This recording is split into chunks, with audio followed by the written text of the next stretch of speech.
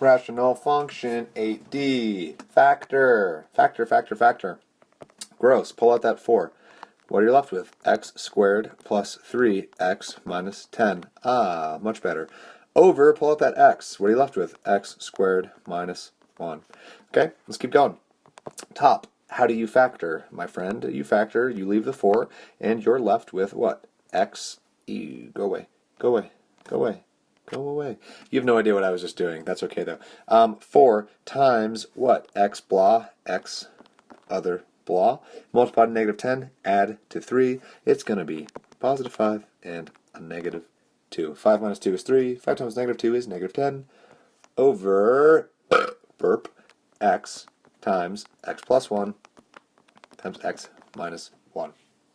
So, let's do things. Things to notice are that the degree is a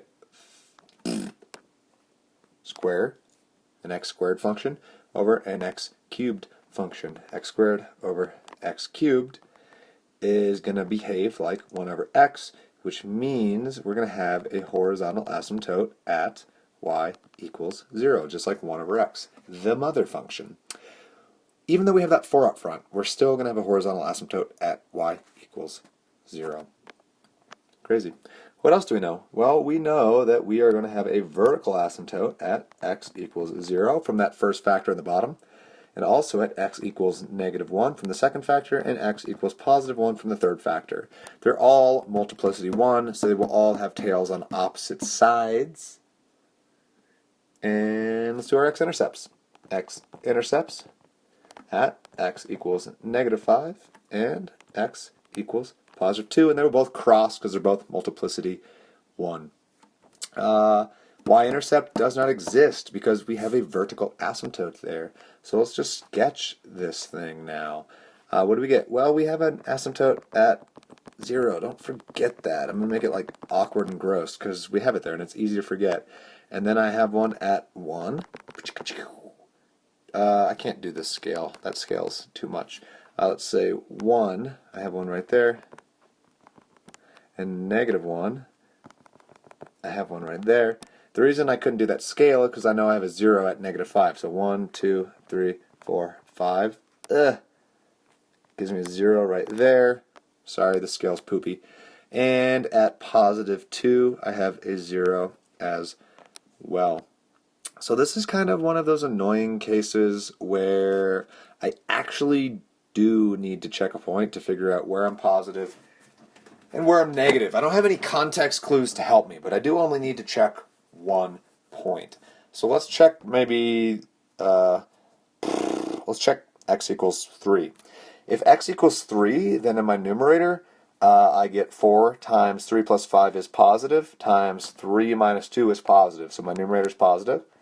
Denominator, if I'm checking x equals 3, I get 3, which is positive, times 3 plus 1, which is positive, times 3 minus 1, which is positive.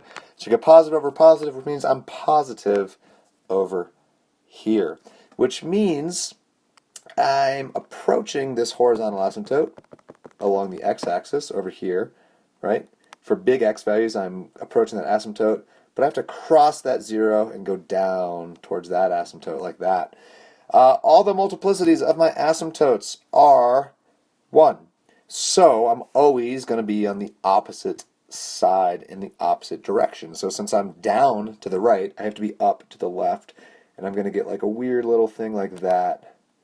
And then same thing, since I'm up to the right of the asymptote at 0, I'm down to the left at that asymptote, so I'm like, boom. Like that. And again, have to be on the opposite side, so I have to start up here, and I have to come down and cross that 0, and then approach that asymptote, so I look something like that. This is like a totally rough, disgusting sketch, but it is qualitatively correct. Quantitatively disgusting, qualitatively correct. Objectively gross, subjectively awesome, because I'm the subject.